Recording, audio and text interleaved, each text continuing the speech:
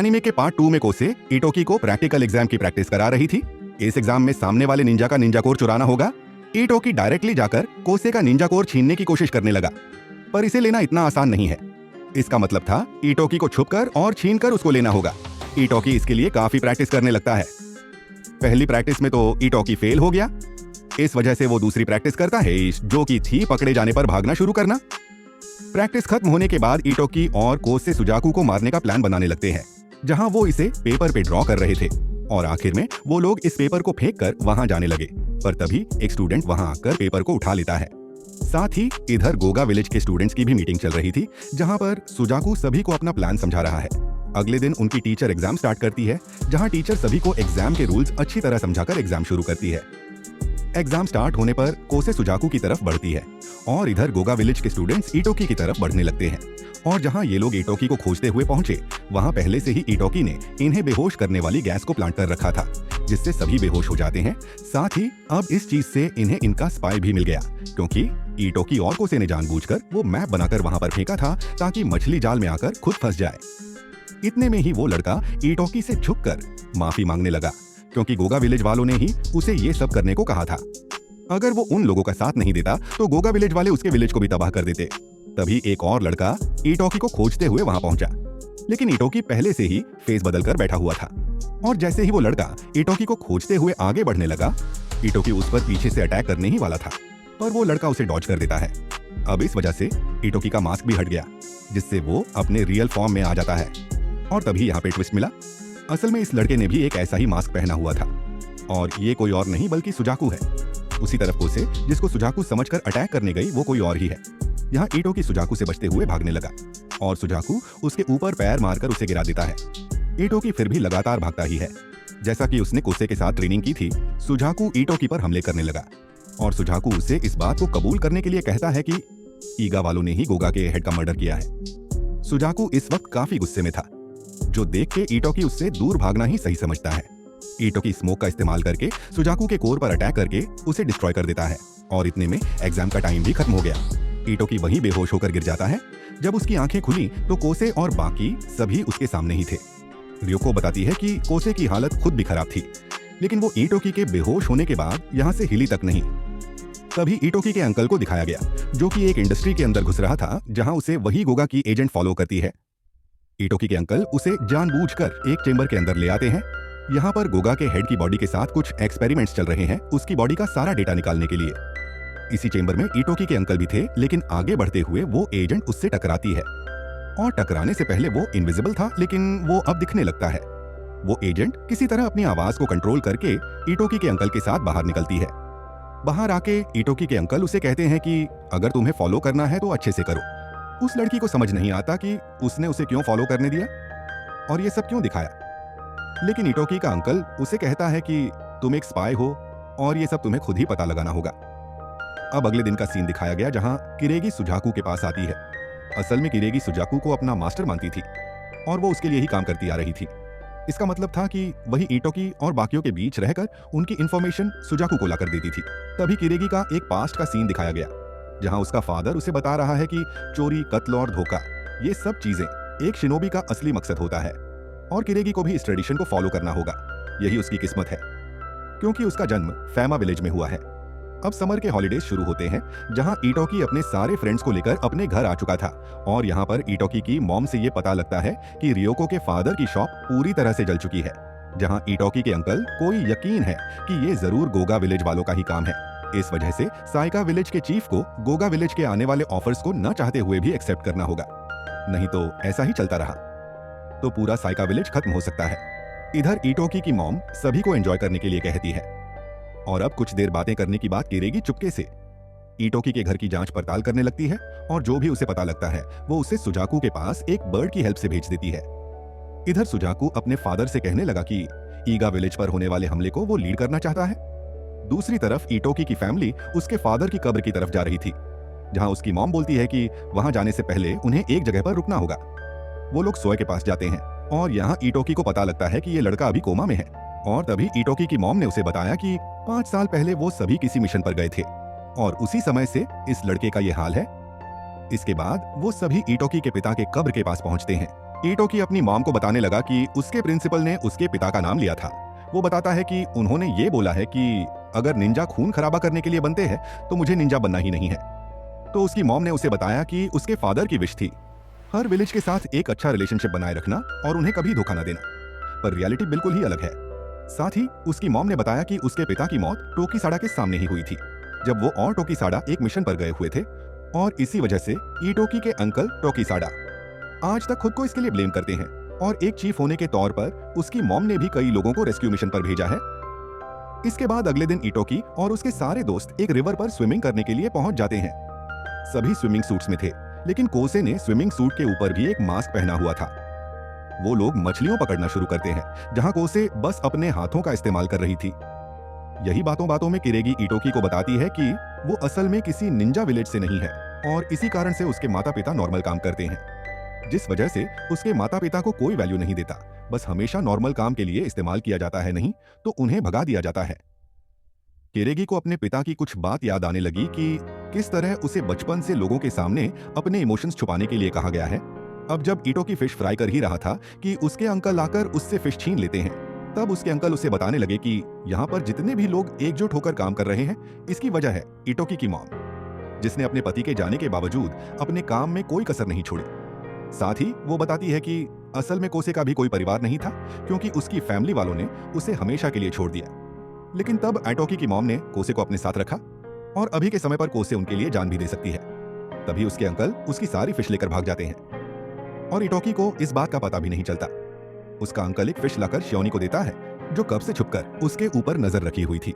इतनी मेहनत करने के बावजूद वो छुपने में कामयाब नहीं है। शाम में ईटोकी के अंकल ने कुछ ज्यादा ही पी ली थी, तो वो अपना होश ही खो बैठता है। तभी ईटोकी को ईगा विलेज के कुछ लोग आकर एक कहानी बताने लगे कि असल में जब ईटोकी के फादर की डेथ हुई थी, तब टोकीसाडा बहुत ज्यादा गुस्से में था, और उस वक्त उसकी लड़ाई आनंद फोर्स के एक मेंबर से हो गई, जहां टोकीसाडा को यह पूरी तरीके से पता था कि यह एक मर्डर था। आनंद फोर्स का मेंबर उसे बोलता है कि यह बस एक एक्सीडेंट था। इसी वजह से टोकीसाडा बहुत गुस्से में आ गया, और ये देखकर सभी लोग टोकीसाडा को रोकने की कोशिश करने लगे, क्योंकि अगर ऐसा ही चलता रहा तो वो विलेज को बर्बाद कर देगा। और यही देखकर ही ईटोकी की मॉम ने बीच में कदम रखा। वो आकर उसे समझाते हुए उसकी कुनई अपने हाथ में पकड़ लेती है, जिससे उसके हाथ से खून भी निकलता है।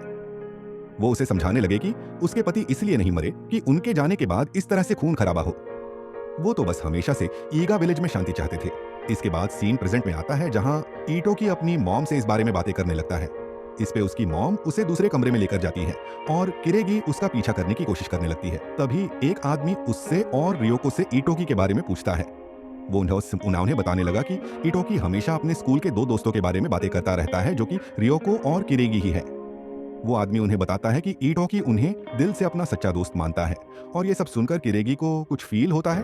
दूसरी तरफ ईटोकी की मॉम कहती है कि अब वो ईगा विलेज के सीक्रेट कोड के बारे में बताने वाली है। असल में उस निंजा कोड को सील कर दिया गया था, क्योंकि उसमें काफी ताकत थी, और इसे कहाँ रखा गया इसका पता ईगा विलेज के चीफ के अलावा किसी भी इंसान को नहीं होता।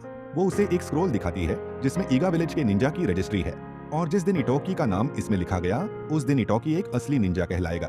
इसके बाद सारे दोस्त यार आपस में बात कर ही रहे थे कि तभी उन्हें पता चला कि उनकी एकेडमी अभी कुछ और दिनों के लिए बंद रहेंगी। जब ईटोकी अपनी मॉम के पास पहुंचा, तो यहाँ पर टीवी में एक प्रोग्राम चल रहा था, जो कि सभी बैठकर देख रहे हैं। इस पर ईटोकी को अंकल ने बताया कि असल में ये एक कोड है। इसमें ये लोग बता रहे हैं कि एक सिक्योरिटी काउंसिल होने वाला है, और ये मीटिंग सिर्फ निंजा सिक्योरिटी काउंसिल के हेड के जरिए की जा सकती है। इस मीटिंग के अंदर हर बड़े विलेज के चीफ को बुलाया जाता है। इस मीटिंग से ही डिसाइड होता है कि जापान का फ्यूचर क्या रहेगा।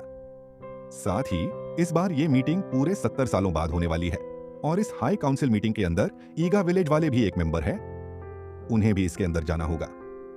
हाई काउंसिल मीटिंग के पहले निंजा सिक्योरिटी काउंसिल को काफी बड़े सिक्योरिटी मेजर्स लेने होंगे, क्योंकि इतने सारे विलेजेस के हेड एक ही जगह पर आएंगे, तो सभी को कड़ी निगरानी रखनी होगी। उधर ईटोकी की मॉम उसे ये बोलकर निकल जाती है कि जब तक मैं वापस नहीं आ जाती, तुम सभी का ख्याल रखना। ड्राइवर ईटोकी की मॉम को बताने लगा कि साइका विलेज और कुछ और विलेजेस के हेड इस मीटिंग के दौरान उनका साथ दे सकते हैं। इसके बाद ईटोकी की मॉम काउंसिल मीटिंग में पहुंच गई, और यहाँ आकर सभी हेड्स आपस में बहस करने लग जाते हैं। तब अनाउंसर अनाउंस करता है कि अब मीटिंग शुरू होगी। जब किसी को वहां साइका विलेज नहीं दिखता, तब गोगा का हेड उन्हें बताता है कि साइका विलेज अब उनके अंडर आता है। मैं आपको बता दूं कि साइका विलेज के चीफ रियोको के डैड है। जिसकी पूरी दुकान गोगा विलेज वालों ने जला दी थी, यहाँ ईगा विलेज के मेंबर्स को कुछ गलत लगता है क्योंकि बाइजन विलेज के हेड भी नहीं आए हैं। हयातो सभी को बताता है कि निंजा रूल्स को तोड़ा गया है, जिससे जो बैलेंस निंजा वर्ल्ड में बना हुआ था वो अभी खतरे में है और उसका जिम्मेदार है गोगा विलेज। साथ ही ऐसा लग रहा है कि गोगा विलेज का एक्शन पूरी कंट्री को इफेक्ट कर रहा है। गोगा विलेज के हेड के पूछने पर हयातो उन्हें बताता है कि जैसा कि उन्होंने कहा कि साइका विलेज अब उनके अंडर काम कर रहा है, तो क्या वो उन्हें बता सकते हैं कि साइका विलेज अभी किस जगह पर काम कर रहे हैं? क्योंकि ऐसे कोई भी ऑफिशियल रजिस्ट्री ही नहीं है जिससे पता चले कि साइका विलेज वाले किसी भी होल्डिंग में काम कर रहे हैं, बल्कि साइका के मोस्ट ऑफ द मेंबर्स अचानक से गायब होने लगे हैं। और अभी ऐसे बहुत से इंसिडेंट्स हो रहे हैं जिस वजह से वो छोटे मोटे विलेजेस से भी कम्युनिकेट नहीं कर पा रहे हैं, यहाँ तक कि निंजा एकेडमी से भी लोग खुद ही छोड़कर जाने लगे हैं। लेकिन उनकी इन सभी बातों पर गोगा के हेड का जवाब होता है कि ये सब एक झूठा आरोप है। तब हयातो सभी विलेज के चीफ से पूछता है क्या उन्हें गोगा विलेज की तरफ से कोई थ्रेट मिला है। इस पर सभी हेड ये कहने लगे कि उन्हें गोगा विलेज से कोई प्रॉब्लम नहीं, और सभी का जवाब लगभग सेम ही होता है। लेकिन तभी इटोकी की मॉम कहती है कि मेरा आंसर अभी बाकी है। तब वो बताती है कि ये एक झूठा इल्जाम है जो कि गोगा विलेज वाले हमेशा उन पर लगाते रहते हैं। उन लोगों ने गोगा विलेज के ऊपर कुछ इन्वेस्टिगेशन की और उन्हें कुछ ऐसा पता चला। तभी इटोकी की मॉम ने बताया कि गोगा विलेज वाले एक वेपन बना रहे हैं और ये लोग ईगा विलेज के निंजा कोड को भी टारगेट कर रहे हैं। गोगा विलेज अपनी पावर्स का इस्तेमाल कर रहा है बाकी विलेजेस को कमजोर करने के लिए, और वो कहती है कि इस चीज को रोकने के लिए ईगा विलेज वाले अपने निंजा कोड को डिस्ट्रॉय करने के लिए भी रेडी है। इटोकी की मॉम उन्हें बताती है कि निंजा कोड को लड़ाई रोकने के लिए ही बनाया गया था और अभी उस कोड के कारण इस समय कोई लड़ाई बढ़ जाए, इससे बेहतर होगा कि कोड को डिस्ट्रॉय कर दिया जाए। इटोकी की मॉम की ये बातें सुनकर धीरे धीरे सभी विलेजेस वाले ये एक्सेप्ट करने लगे कि उनके विलेजेस में भी गोगा विलेज के कारण प्रॉब्लम्स आई है। और अब सब सबूत होने की वजह से हयातो गोगा विलेज के हेड से कहता है कि निंजा रूल्स ब्रेक करने के लिए तुमको अरेस्ट किया जाता है। तब गोगा विलेज का ही एक मेंबर पूछने लगा कि उनके पिछले हेड की डेथ इन्वेस्टिगेशन कहां तक पहुंची। तब वो कहता है इन्वेस्टिगेशन चल रही है और जल्द ही वो लोग सच बाहर ले आएंगे। इतने में ही वहां एक दूसरा कैप्टन आता है जो कि सिक्योरिटी एजेंसी का 2nd डिवीजन कैप्टन है। तब हयातो के पूछने पर वो कहने लगा कि गोगा विलेज के पिछले हेड की डेथ से रिलेटेड एक इंपॉर्टेंट एविडेंस है।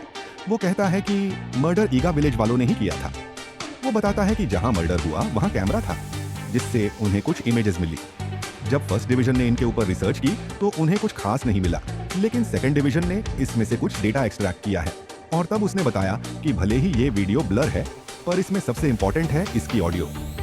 वो बताता है कि ये ऑडियो है ईगा विलेज के निंजा कोर का, क्योंकि हर विलेज के निंजा कोर की अपनी एक फ्रीक्वेंसी होती है और इस वीडियो में जिस निंजा कोर की फ्रीक्वेंसी आ रही है वो ईगा निंजा कोर से बिल्कुल मैच करती है। वो लेटेस्ट निंजा टेक्नोलॉजी से इस नतीजे पर पहुंचे। तब वो इटोकी की मॉम को अपने साथ चलने के लिए कहने लगा, पर टोकीसाडा बीच में आ जाता है। इटोकी की मॉम कहने लगे कि उन लोगों ने कुछ भी गलत नहीं किया और वो अपने आप को इनोसेंट प्रूव करना चाहती है, इसलिए वो उनके साथ जाने के लिए भी रेडी है। इटोकी की मॉम टोकीसाडा से कहती है इटोकी का ध्यान रखने के लिए। इसी के साथ मीटिंग भी यही खत्म होती है। इटोकी को बताया जाता है कि उसकी मॉम अरेस्ट हो चुकी है। कोसे कहती है कि इस वक्त वो चीफ को बचाने के लिए कुछ भी करने को रेडी है। टोकीसाडा उसे कहता है कि उसकी मॉम के ना होने पर उसे पूरे विलेज का ध्यान रखना होगा।